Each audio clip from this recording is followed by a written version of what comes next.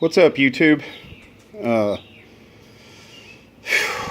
Man, this video has been a long time coming. I must have shot it and deleted it and all that about 3 times before I came up with this one. So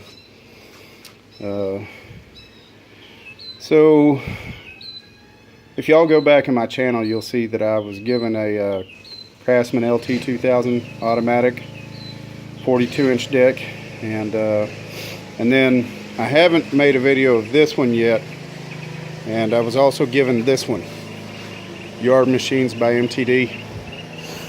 And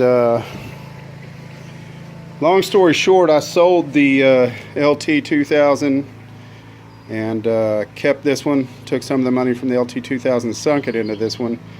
What it is I mean, every mower that I've had, I've been given, you know, it's kind of like this MTD right here.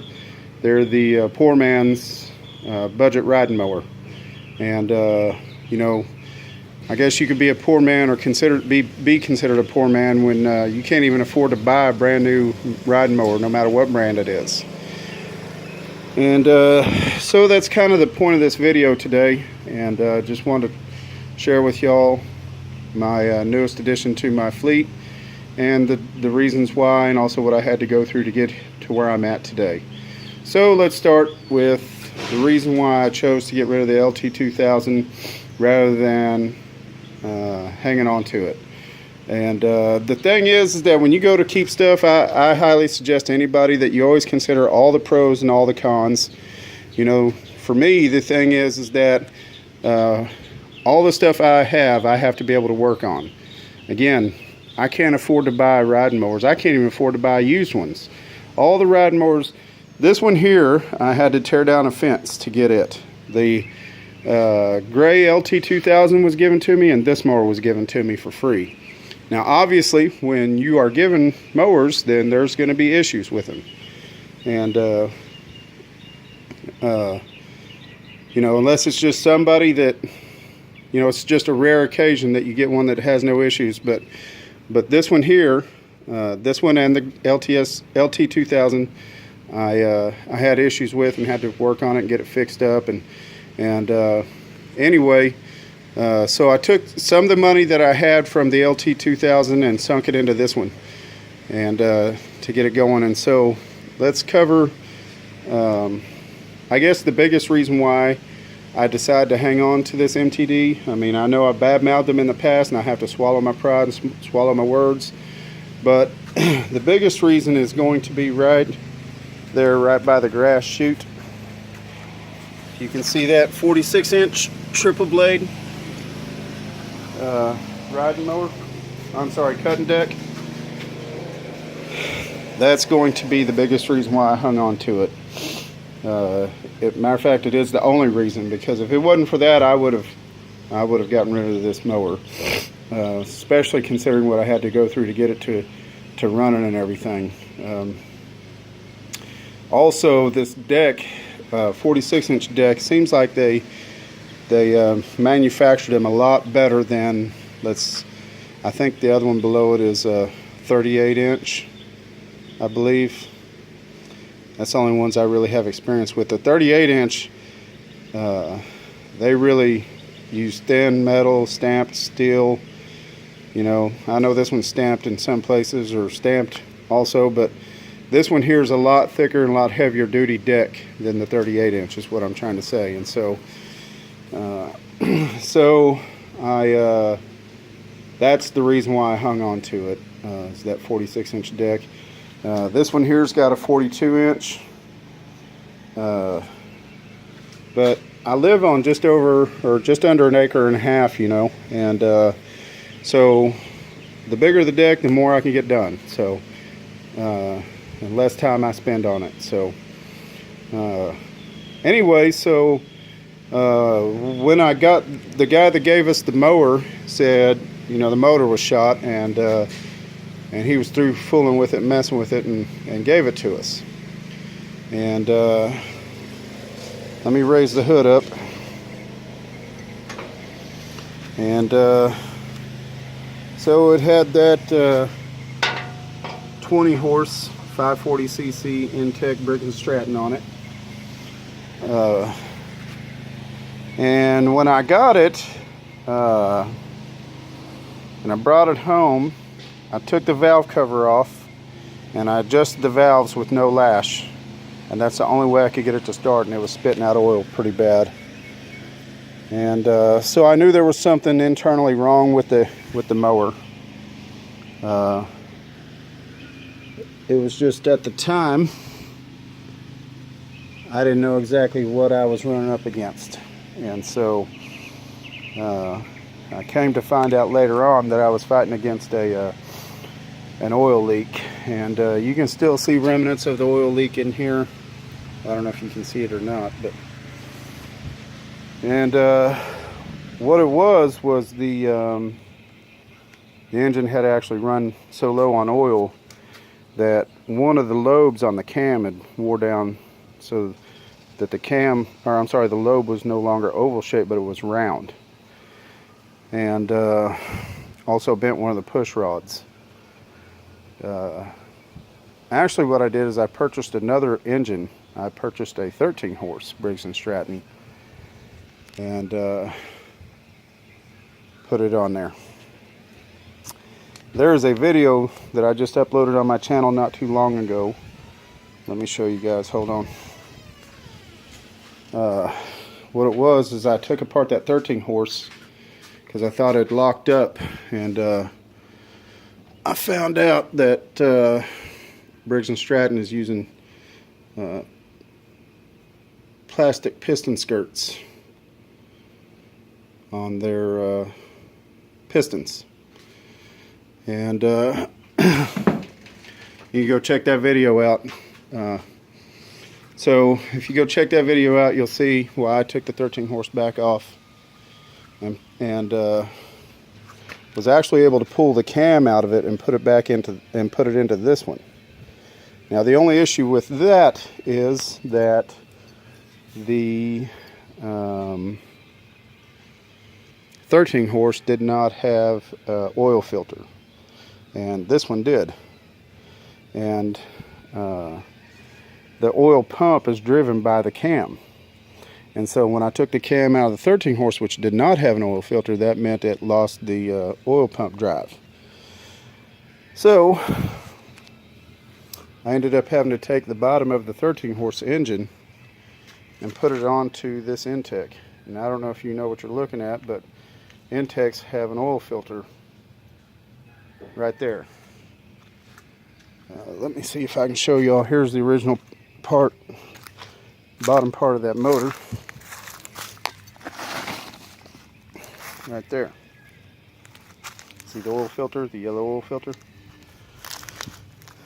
So, and just so you know I'm not making it up, you can see, let me see if I can get a good shot of the red RTV sealant that I used.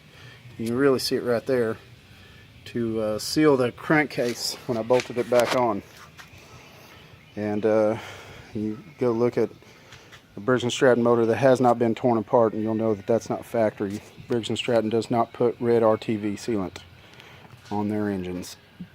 So so anyway, I got that swapped out, and got the cam changed out, put the bottom of the crankcase on there. Had to go get a different set of push rods. I didn't get new ones, and also a different tappet, because where that push rod was pushing against that, or I'm sorry, the cam, where the tappet rides on the cam lobe, had scarred it up pretty bad too, and so I didn't want it grinding down the new cam. So new tappet, new push rod, and new cam, or different ones anyway. And one thing I will make a note on, if you're watching this video and you think, oh, I can take my 13 horse and fix my 20 horse, the difference between a 13 horse and this is the piston throw. And what I mean by that is the cylinder is longer in this than it is in a 13 horse. Also, I think the piston may be bigger too, but nonetheless, what I'm trying to say is that the push rods are longer in the 20 horse than they are in the 13 horse. I tried to use the push rods from the 13 horse in this, and they were too short and wouldn't reach. So anyway, and if you can see, I've already put my touches on the fuel system, fuel filter, fuel shutoff valve, and also did have to go ahead and start circumventing some of the safety switches. And what I mean by that is that on the pedal here, right up underneath, right there where I'm pointing, you'll see there's a plate welded to this rod that the pedals connect, or I'm sorry, this rod right here that this is connected to. There's a plate right back there that's welded onto this, and that rod comes up and pushes a switch, so that way you can start the mower. I took that switch, I pushed the button in, and I put a screw in it to hold the button down, so I no longer have to worry about that. Then also the reverse there, putting it in reverse, you know, you can't run it in reverse while the deck is going, while the cutting deck is going. When you follow this lever all the way down to the bottom down there, when you put it in reverse, it's got a little tab that closes and touches an electrical contact, and there's a wire connected to it. All you got to do is disconnect that wire, and then you don't have to worry about that. So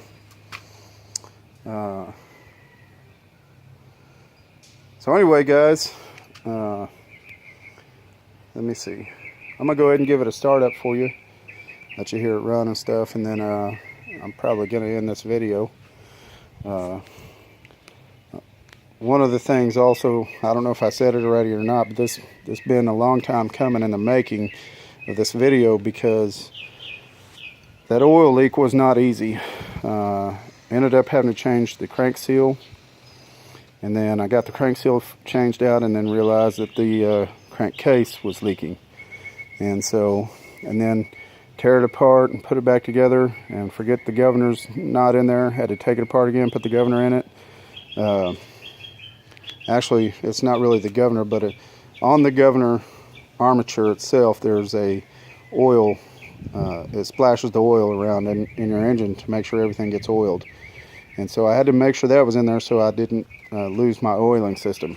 So yeah, I've had that engine apart and back together about 3-4 times now.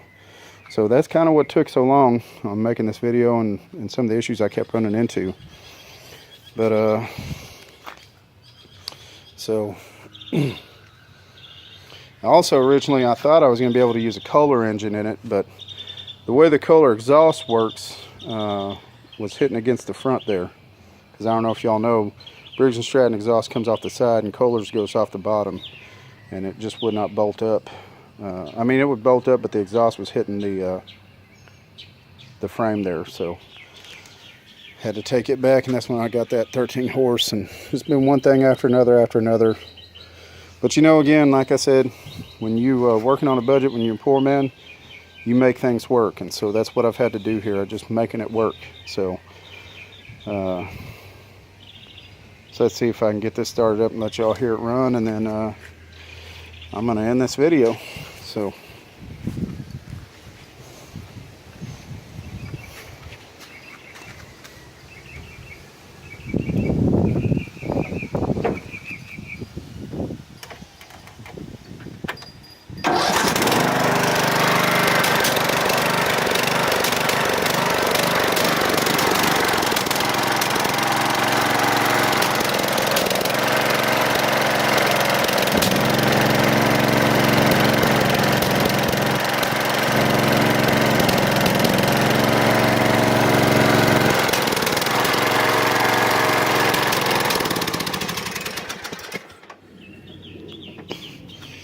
yeah, so I'm still adjusting that carburetor, but other than that, guys, that's pretty much it. So like I said, just putting it through its paces now and seeing what's up and making sure everything's good. And so I had to replace 2 of the belts. It's got 4 belts on it. I had to replace 2 of them. So anyway, guys, so y'all take care. Appreciate you watching the video and keep an eye out for the next one. All right, God bless.